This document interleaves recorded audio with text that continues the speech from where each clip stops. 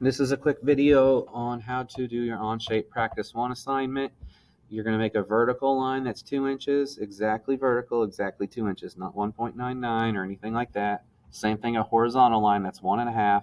Then you're going to have your arcs, okay? Then you're going to have 2 lines right here with a specific angle. Then you're going to have a rectangle, you're going to have a circle, and you're going to put your name down here on the bottom, okay? I didn't need to see your name down there, or you get a 0 on it. So let's just separate this into stages. We're going to make the 2-inch line and the 1.5 line first. So what do? You get logged into OnShape. I gave you a link down here. Okay. Then you're right here. You're going to say create, new project, new document. You're going to name it your last name, your name, so just name, practice 1. Okay. And then you're going to hit create. Then it's going to take you to your main screen. It's always going to take you where you have a part studio down here and an assembly. We'll get to more on that as you learn more, but I'm going to draw everything on the front plane. So I'm going to click on the front button right here and it's going to center that for me.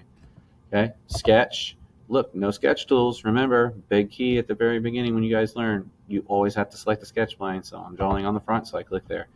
Okay, remember the first 2 things we were going to do was this line and this line. Okay, so the vertical was 2 inches and the horizontal was 1.5. So line tool or the L button on your keyboard. Click once for the top of the line. You see that yellow dot that's going down it right here as I move it? That means it's straight up and down. Also, that line off to the down right is as well. See, now those both things disappear. Well, I want this to be exactly 2 inches. See, not 2.1 or 0.64. So as soon as I click whatever distance, see, I can make it super small. That little box shows up right there and it asks how big I want it to be. Well, I'm just going to say 2. Enter. 2 inches. Okay. Then I'm going to hit escape to turn the line tool off. Well, here's something that happened. It made the line go up there. That's not that big of a deal. I'm going to click it, drag it back lower. Okay. So now line tool sideways. Once on my left point of the line, I'm going to go straight over this direction. Click it again. How big do I want it? 1.5. Enter. Okay. So now I have my escape tool to turn the line tool off. Okay. So I got a 2-inch vertical line and a 1.5-inch horizontal line. Okay. Next one, since this is the line tool again, we're going to use this together. Okay.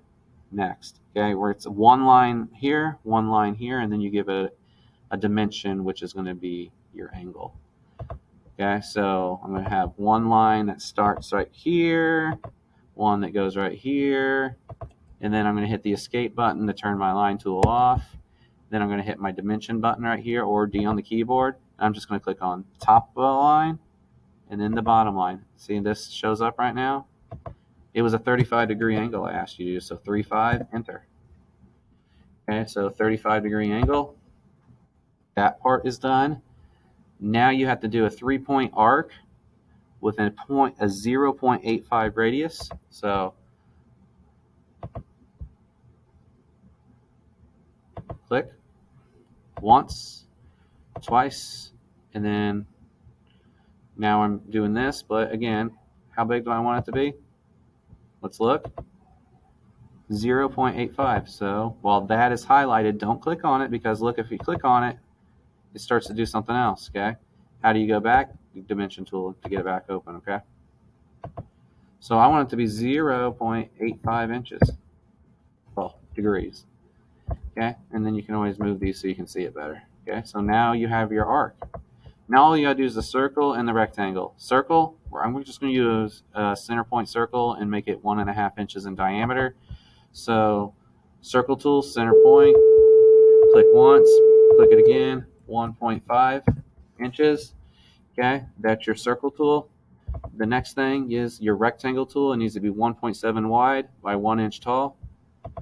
So I'm going to go to the corner rectangle tool. I'm going to click once for the top left, once for the bottom right. And how tall was the top? 1.7. How tall was it? 1. Okay, so now you have that. That leaves you only one step left with this assignment, and that's putting your name on it. Okay, so you need to put your name on there. So text tool, click once for your top right, left of your name, once in the top bottom right, and then you're just going to say name, well, your real name instead of name, hit check mark, and your name's there. And then you take your screenshot, you turn it in on Canvas, and that is this assignment.